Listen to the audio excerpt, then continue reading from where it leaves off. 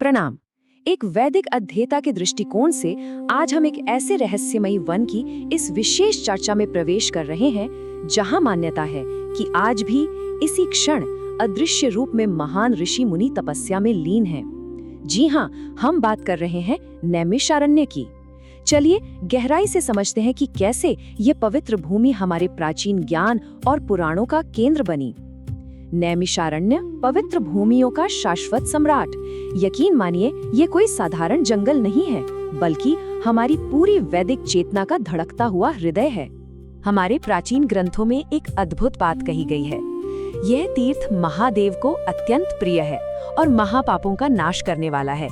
जरा इस पर विचार करें। एक ऐसा स्थान जहां किया गया मात्र एक स्नान, थोड़ा सा दान, तप या श्राद्ध मनुष्य के पूरे 7 जन्मों के पापों को क्षण भर में धो सकता है। सुनने में शायद यह किसी को अतिशयोक्ति लगे, लेकिन नहीं, यह इस भूमि की असीम ब्रह्मांडीय ऊर्जा का साक्षात प्रमाण है। और बिल्कुल इसी ऊर्जा के कारण नैमिषारण्य को निर्विवाद रूप से तीर्थों का राजा कहा जाता है। तो आइए कालचक्र में थोड़ा पीछे चलते हैं, उस समय जब इस दिव्य चक्र का अवतरण हुआ और महर्षि शौनक ने अपनी महान खोज शुरू की।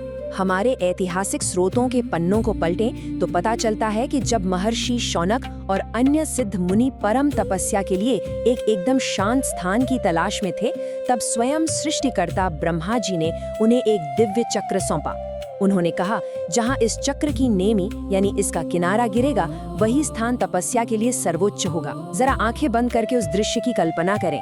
88,000 परम ज्ञानी ऋषि और वे सब एक लुढ़कते हुए प्रकाशमान दिव्य चक्र के पीछे पीछे मीलों तक चले जा रहे हैं। अंततः गोमती नदी के पावन तट पर वह चक्र रुका और उसकी नेमी सीधे पृथ्वी में समा गई। और पता है, इसी नेमी के गिरने के कारण ही तो इस पावन अरण्य का नाम नैमिषारण्य पड़ा। अब सोचने वाली बात है कि जहां वो चक्र पृथ्वी में समाया, वहां असल में हुआ क्या? वहां निर्माण हुआ एक अद्भुत चक्र तीर्थ का। देखिए, ये कोई आम जल स्रोत बिल्कुल नहीं है। ये एक बेहद रहस्यमयी पूर्णतः गोलाकार कुंड है जो हर मौसम में जल से भरा ही रहता है।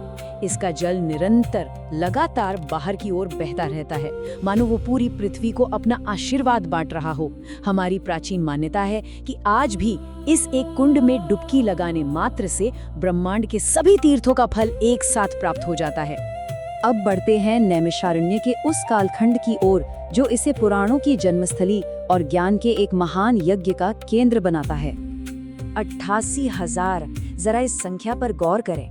ये महज कोई आंकड़ा नहीं है, ये उस प्राचीन युग के सबसे प्रखर, सबसे मेधावी मस्तिष्कों का एक अभूतपूर्व जमावड़ा था। इतने सारे परम ज्ञानी विद्वानों का एक ही समय में एक ही वन में एकत्रित होना कोई सामान्य बात नहीं थी।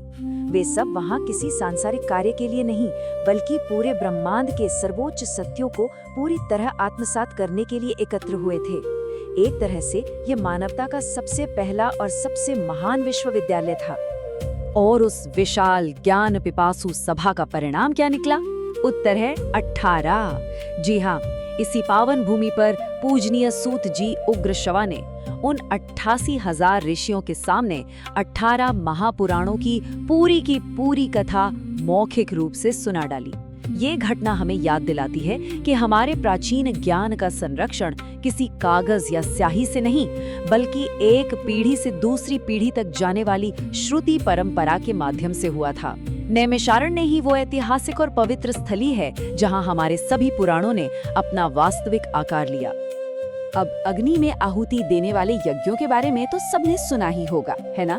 लेकिन नैमिषारण्य में जो हुआ वो बिल्कुल अलग था। वो था एक ज्ञान यज्ञ, यानी सीधे ज्ञान की आहुति। सर्वोच्च और परम ज्ञान का ये जो अद्वितीय मौखिक संचार हुआ, उसी ने इस वन को मानवता का सबसे बड़ा और सर्वोच्च बौद्धिक केंद्र बना दिया। इसे आप एक ऐसा शक्तिशाली बौद्धिक विस्फोट मान सकते हैं जिसने आने वाली अनगिनत पीढ़ियों के लिए हमारे धर्म और दर्शन का पूरा मार्ग ही रोशन कर दिया। समय के पहिए को थोड़ा और आगे घुमाकर हम पहुंचते हैं द्वापर युग की उन कथाओं तक, जब यहाँ स्वयं शक्तिशाली बलराम जी पधारे।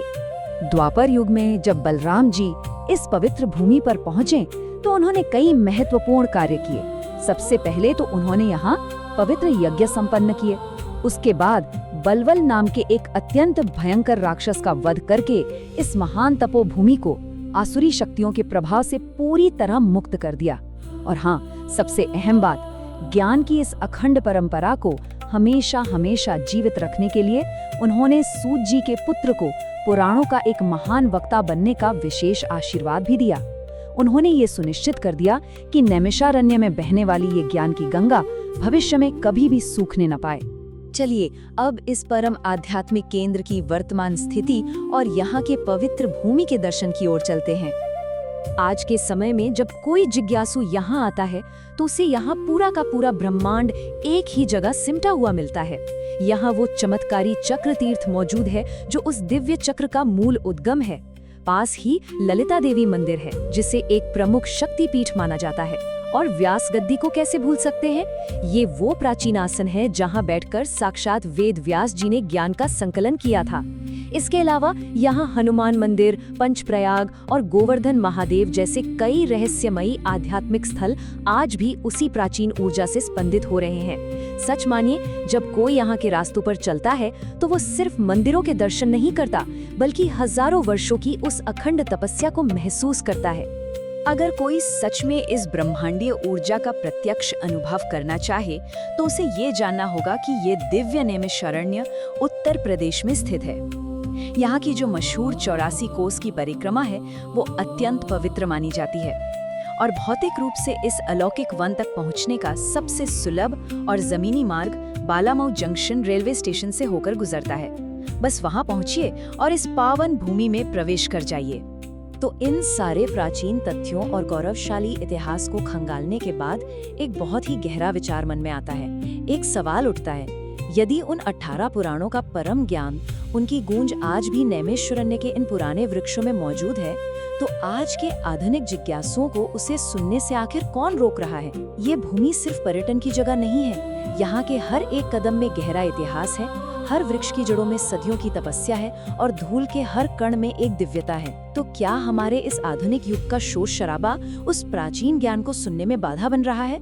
सोचिएगा जरूर, क्योंकि ज्ञान का वो असीम सागर आज भी वहीं बह रहा है। बस हमें उस तक पहुंचने का एक सच्चा प्रयास करना है।